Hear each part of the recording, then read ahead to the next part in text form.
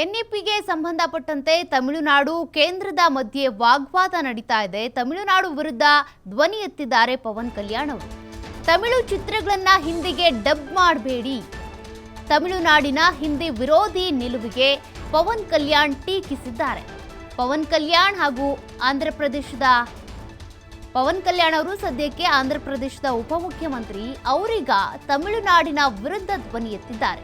ದೇಶಕ್ಕೆ ಕೇವಲ ಎರಡಲ್ಲ ಬಹುಭಾಷೆಗಳ ಅಗತ್ಯವಿದೆ.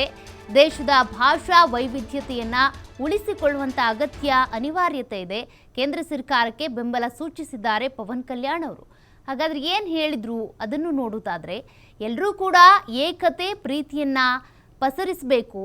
ತ್ರಿಭಾಷಾ ಸೂತ್ರವನ್ನ ಖಂಡಿಸಿದಂತ ಸ್ಟಾಲಿನ್ಗೆ ಪವನ್ ಕಲ್ಯಾಣ್ ಈ ರೀತಿ ತಿರುಗೇಟು ಕೊಟ್ಟಿದ್ದಾರೆ. ಹಣಕಾಸಿನ ಲಾಭಕ್ಕೆ ತಮಿಳು ಚಿತ್ರಗಳನ್ನ ಹಿಂದಿಯಲ್ಲಿ ಡಬ್ಬಿಂಗ್ ಮಾಡೋದು ಬೇಡ ಅಂತೀರಾ?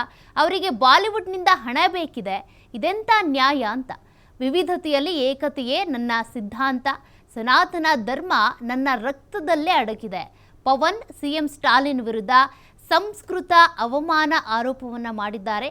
ದಕ್ಷಿಣದ ಮೇಲೆ ಹಿಂದಿ ಬಲವಂತವಾಗಿ ಹೇರಲಾಗ್ತಾ ಇದೆ ಅಂತಾರೆ. ಆದರೆ ಭಾರತೀಯ ಭಾಷೆಗಳು ನಮ್ಮ ಸಂಸ್ಕೃತಿಯ ಭಾಗವಲ್ವಾ? ತಮಿಳುನಾಡು ಸಿಎಂ ಸ್ಟಾಲಿನ್ಗೆ ಈ ರೀತಿಯಾಗಿ ಪವನ್ ಕಲ್ಯಾಣ್ ಪ್ರಶ್ನೆ ಮಾಡಿದ್ದಾರೆ. ಎಂಕೆ ಸ್ಟಾಲಿನ್ ಅವರ ಮಾತಿಗೆ ತಿರುಗೇಟು ಕೊಟ್ಟಿದ್ದಾರೆ ಪವನ್ ಕಲ್ಯಾಣ್.